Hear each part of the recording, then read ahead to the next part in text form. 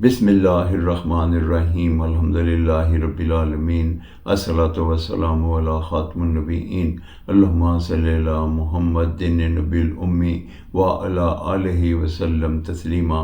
السلام علیکم ورحمۃ اللہ وبرکاتہ۔ میری آج کی حدیث سنن ابن ماجہ 3818 نمبر۔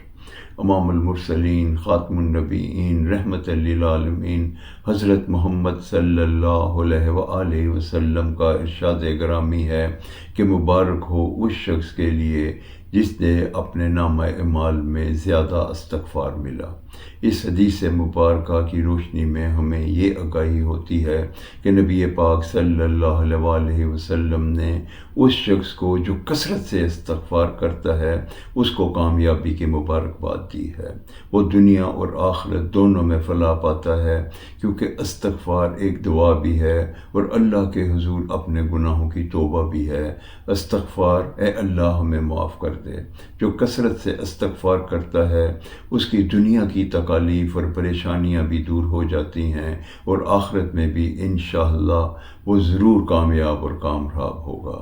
اللہ تعالی ہمیں کثرت سے استغفار کرنے کی توفیق عطا فرمائے، آمین یا رب العالمین۔ السلام علیکم ورحمۃ اللہ وبرکاتہ۔